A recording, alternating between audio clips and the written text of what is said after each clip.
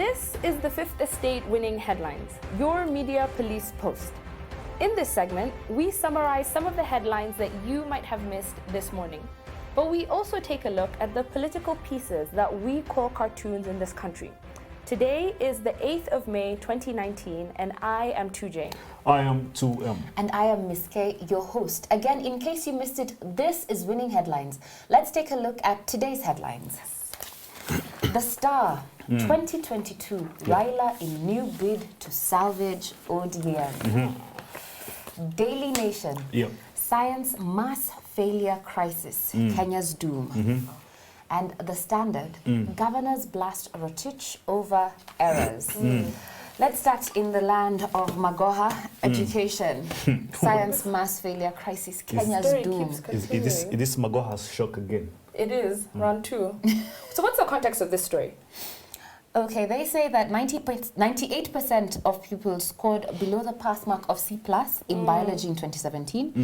That's a lot of students. And bearing in mind that biology is a subject that's required for a lot of science-based degrees, then that means that those students will not qualify for those degrees, therefore they will not get people to register for them, which adds again to his other story of degrees that do not have registration being scrapped. So just because I failed in biology, are you going to scrap important courses that require me? And so they said that agriculture and science-based courses in universities have no registration or low registration. Also because they have low pass marks. So if you have low pass marks in high school, then you can't have registration because you don't qualify for the minimum requirements of the degree. So I want to ask a question, and this is based on something that 2M had mentioned the other day, in reference to something else, but I want to put it here. Okay. Does the government have a theory of an ecosystem, right? A theory of an ecosystem. Because I feel that every ministry or all these departments are at odds. They're not working towards the same goal. So for example, you have, so let's talk about agriculture. You have restrictions on the milk that you can sell. You can't sell it to your neighbor. You have restrictions on fertilizer. You have then no access to markets. You have difficulties to get loans. Then you talk about the big 4. If you want, these students to be entrepreneurs, there's no access to the big 4. Why should they participate in the big 4 when you have Peugeot coming to make cars in Nairobi? It's hard to get licenses. I mean, right now the government is at odds with itself. So is this any surprise? I'm not... it's fantastic these days. 2J is even quoting me and agreeing with me, I don't think that's the point. The point was not that she's quoting you, but the point is that she's asking whether we have some sort of strategic thinking as a government. Aside from the high fives on winning headlines today, do we have some sort of There's no theory of ecosystem, I think you've said it. What I want to attack is a headline. Mass failure, crisis and doom. You'd think we are Kosovo. And here's the thing. We are conditioning, and I'm not going to get tired. We are conditioning the psyche of Kenyans to get used to these words. Crisis, failure, doom, theft, corruption, and I said, if it's not corruption, it is what? Education. Education. If it's not education, it's drugs. If it's not drugs, it's murder. Okay, let's use our 3-part criteria that we use to break down the headlines for you. We ask ourselves 3 questions. Is this headline topical or is it speculative? Is it repetitive or is it groundbreaking? And finally, is it thoughtful or just plain lazy?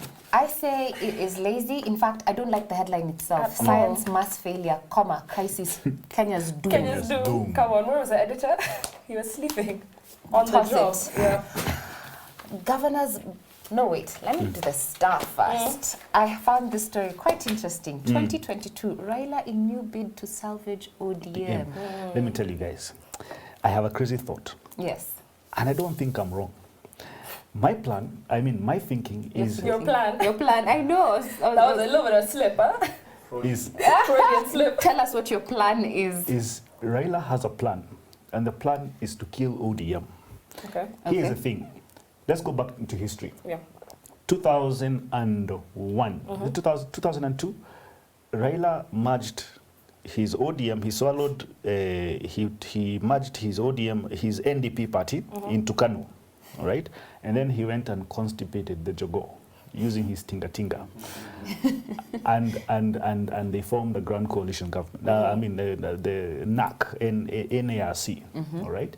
And he was able to cause problems 2002, post 2002 until 2007 there. And we had a referendum, yes, and it allowed him to form an ODM. orange-based party. Now, my point here is this. I think the shelf life of ODM is coming to an end. And how it's going to kill it is that there is a plan, my thinking, to merge ODM and Jubilee. The only way to kill Jubilee is to merge with ODM. Now, if you want to negotiate for a new system of government, then you kill the ruling party, and then you join it together with your party, and there you have it. Is the way Raila walks into government. Okay, that is a crazy thought. It is a crazy thought, but I do have to say that for me, this story was particularly interesting. Yeah. ODM went on a soul-searching mission. Yes. They dug deep internally, went into the quiet Zen gardens, and they asked themselves, why are we dying? I'm serious. They asked themselves, why are we dying? And they came up with what kills parties in Africa. Yes. They found out that they have low levels of institutionalization. They found out that they are rotated around a political elite who, if he was to remove his support, would collapse the party completely. They found out that they were corrupt. And they found out that they wanted to change these woes. So they then picked 3 people to go on a mission to rescue them up Mount Sinai and speak to the lords of political parties. And I have to say that I don't think that they'll come up with a good report. So I say we toss this headline. Oh, man. Agreed, Ms. K. Fantastic. Finally, the Standard. Governors blast or teach over errors. Guys, weren't you right yesterday? Yes, it's bound to happen. Why were people going after Waitito? Anyway, before we answer that question, let's give it context. Yesterday, Council of Governors met with the Controller of Budget and people from the Office of Auditor General, Office of the Auditor General, and they said that Kiambu County government was not wrong, right? That State House expenditures could have come from elsewhere, and it was not Waitito's fault for him to have replied to auditor queries with those documents. Long story short, there were 8 other counties that had State House expenditure on their on their papers as well. So who's to blame here? Before we ascribe, they will determine who is to blame, whether it's Treasury for giving them faulty templates, whether it's the governors themselves for not checking them. They will decide who it is. But I do have to say that this is a good headline. I like it. It flips the argument. Rather than going around saying governors are corrupt, it says governors blast or teach over errors. Good headline. I mean, fantastic. And you see, this thing of and the Senate should also watch out, because they're becoming a house of witch hunters. You take a document, and you embarrass an entire governor who doesn't know exactly what you're talking about. All right, what you're creating is a public anger. Now, all that embarrassment this one man has suffered over something that was not his fault. And I think when we talk about critical thinking and really asking questions, it doesn't just apply to the general public. It needs to apply to the people who are leading us. It does. So I say we keep this. It's our winning headline today. Agreed. And onto the political pieces that we call cartoons in this country. And just like the headlines, we have a 3-part criteria that we use to break down the cartoons for you. We ask ourselves 2 questions. Is the cartoon humorous, or is it dry? Is the cartoon satirical, or is it pessimistic? And finally, is the cartoon effective, or just plain lazy? Today we had 2 cartoons in the Daily Nation, but we will leave the bootlicker. We're going to scrap it, We're going to leave the bootlicking cartoon and go straight to the more juicy and edible one. Now, here is caricature. It's the current revolution in Kenya, but it's not what you think. It's a fellowship of thugs, and they're at the dinner table. Now, to start with is who looks like the Archbishop of ACK.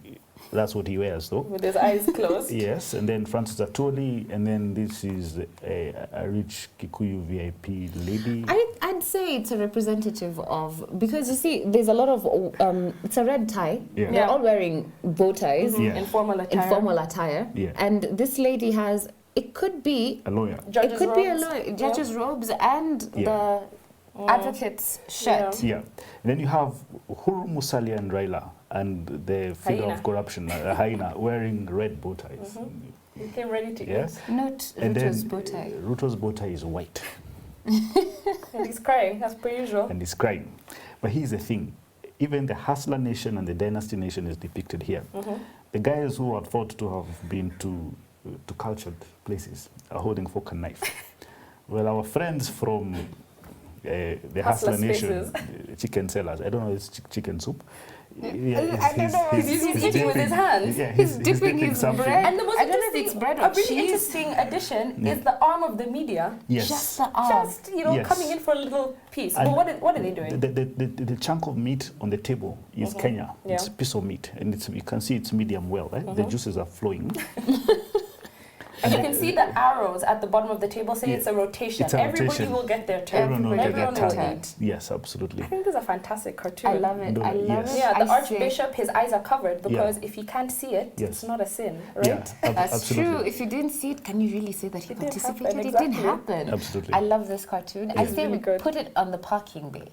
Because today, I feel like we're going to have the battle of the cartoons. Yes. Before we go there, let's go to the star. Okay. What do we have? Ozone? Ozone. All right. This is a caricature. I think the context of this is there was a new spokesman of government announced yesterday. Yes. Colonel Oguna. Yeah. All right. Ogina. And his head has been fixed as a megaphone. That's his job. That's his job, right? And down there is a police hat, and that was Kirai. The Kirai that was a police spokesman before. So his hat is down, and he replaced it with a soldier's helmet, Yeah. right? And he says it's an officer's thing. But I think the context of this is Uhuru has had preference of people from the disciplined forces in executing government duties. Yep. And I think rightly so. Yeah, yes. If you see how the blue economy thing was fixed, the Coast Guard thing was fixed, the mapping of Kenya was done within time and had precision and it was efficient. Yeah, we've said this in the past. The reason he chooses these people is Yes. because some of them are spies. Absolutely. They're cold, true. they're calculated, they get the job done, no Yes. nonsense. Absolutely. And I think No that's- emotions. No Yeah. emotion. It's effective. But on the flip, Uhuru is also telling us that should there be an uprising of sorts, He has people in all places to shut it down. I don't know. Today's cartoon, I feel, unfortunately, pales in comparison to the competition it's against. Up against. So we toss that. And we look at what Gado has for us today. now Gado. to my favorite cartoon. Whiskey, you were saying this earlier. When Gado is good, He's really good. This is one of those days. Do you want to describe love it? this. I love this cartoon. It starts with Back to the Future, a movie in which a guy goes to the past. Yes. And so Yeah. this is exactly what he's depicting here. Yeah. And it shows Boniface Mwangi, who was arrested on claims of inciting a revolution, Yes. sitting in what appears to be an interrogation room. And he has...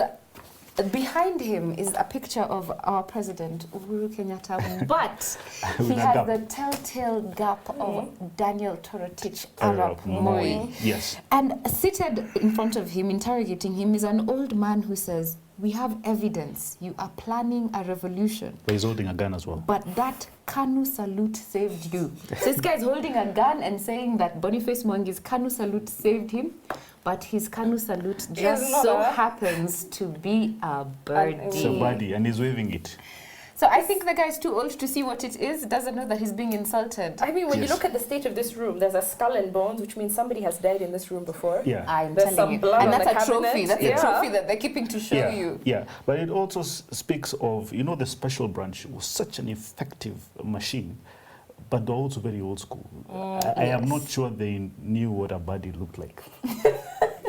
So if you showed them the body, you say, salute. Salute! That Kanu salute saved you. I'm telling you. Iko ndani kabisa. I love this cartoon so much. Let me But ask, I do like that other one as well. But so I want to ask you guys. We Yeah. said that the current reigning cartoon of the year is State of the Nation, Gado. Yes.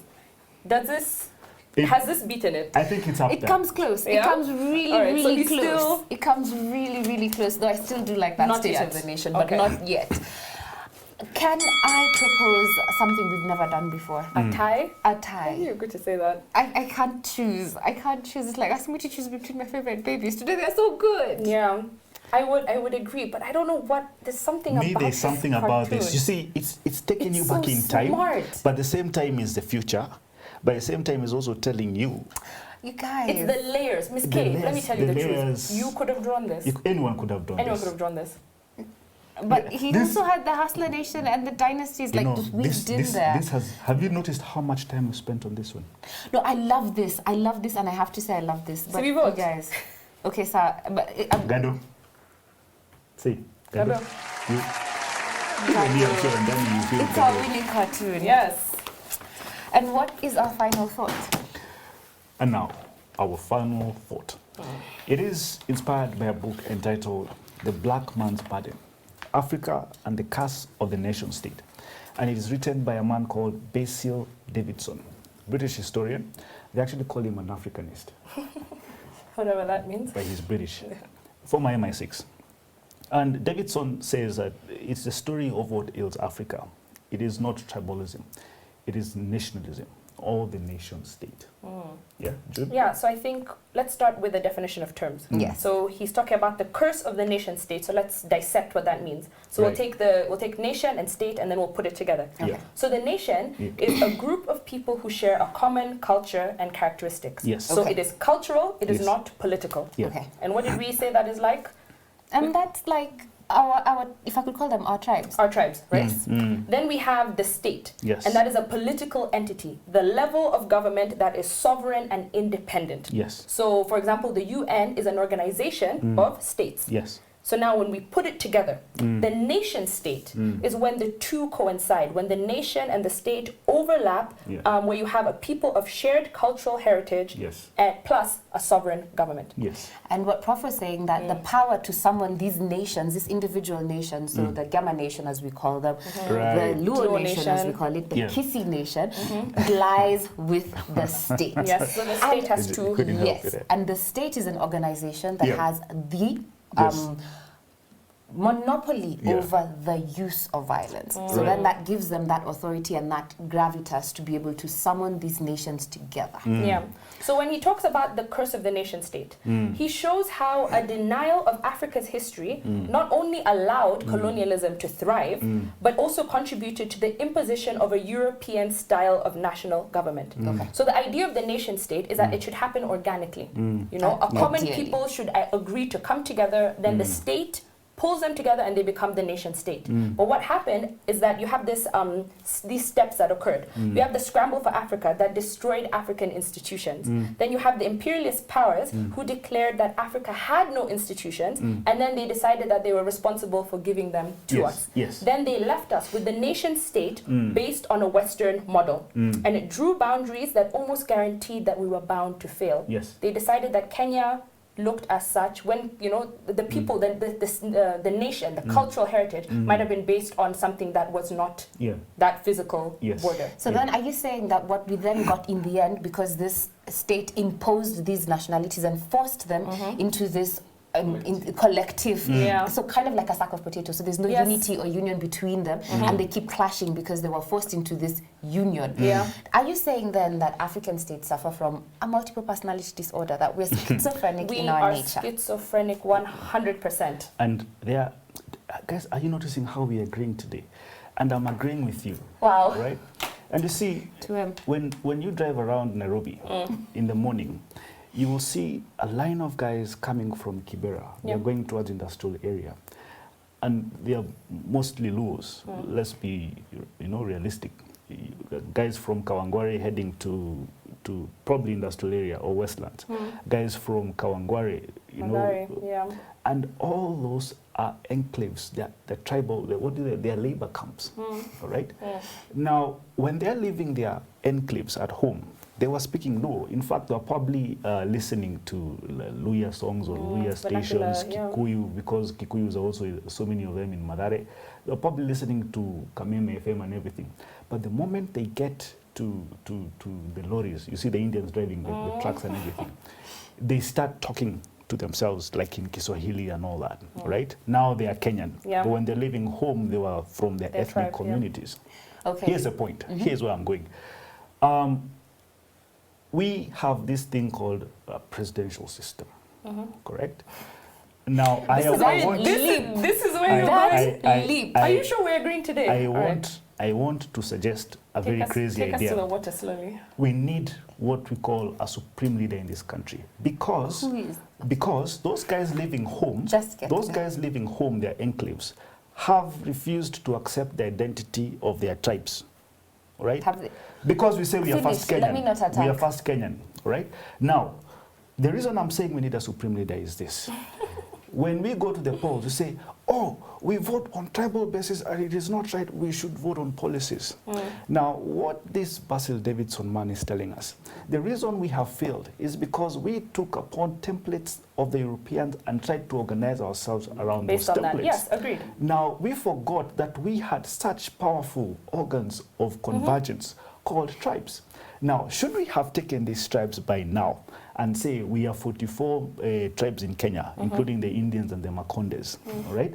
We come up with a system and we say, we are going to have a tribal council that will choose one guy to lead. And that one guy can only lead once until the entire circle of 44. A tribal council. So the Kikuyus go and line up behind a guy that looks... Their choice. Yes, the Luos go and line up behind. The Kambas go and line up behind.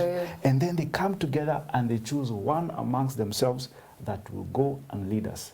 But then we can have, the government can still, it's administrative system. I have a question for you. Yeah. So according to Basil, Africa had rich cultures, we had stable, balanced social structures that allowed us to pick leaders, we had good political systems and institutions, and we also had private entrepreneurs who were flourishing within the confines of our space. Right. If we were left to our own devices without the violent interruption of colonization and the imposition of Western structures of governance and government, would we have then come to our own version of what the West has? I think we could have, because in the book he references the Asante Kingdom of Ghana, and he says that history shows that before Ghana was colonized, they had appropriate social institutions, all those things that you mentioned, and they were on the way, they were a national state on the way to becoming a nation state. The kingdom was about to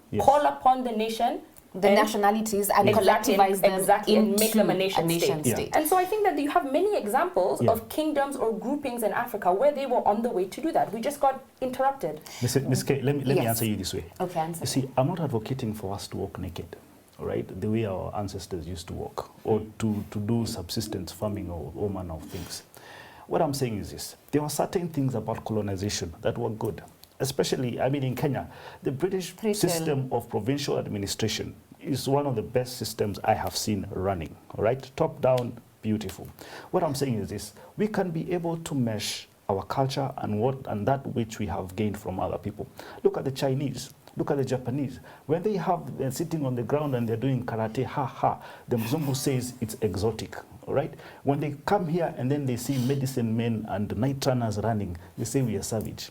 You see, there is something we do not get. And that's why I'm saying we have multiple personality disorder. I have been rendered speechless. I will just accept your thoughts and leave it there. No, we can accept the thoughts. I will accept the thought and not go into the nitty-gritty of it.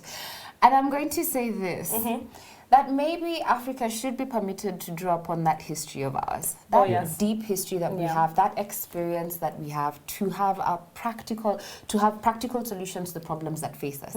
Maybe then we'll stop morphing from ethnic citizens to state citizens, back to ethnic citizens at night, and sometimes taking a detour into predatory citizens. Yes. All right. This is Winning Headlines. We had our winning headline from The Standard, our winning cartoon from Gado of The Standard. See you tomorrow.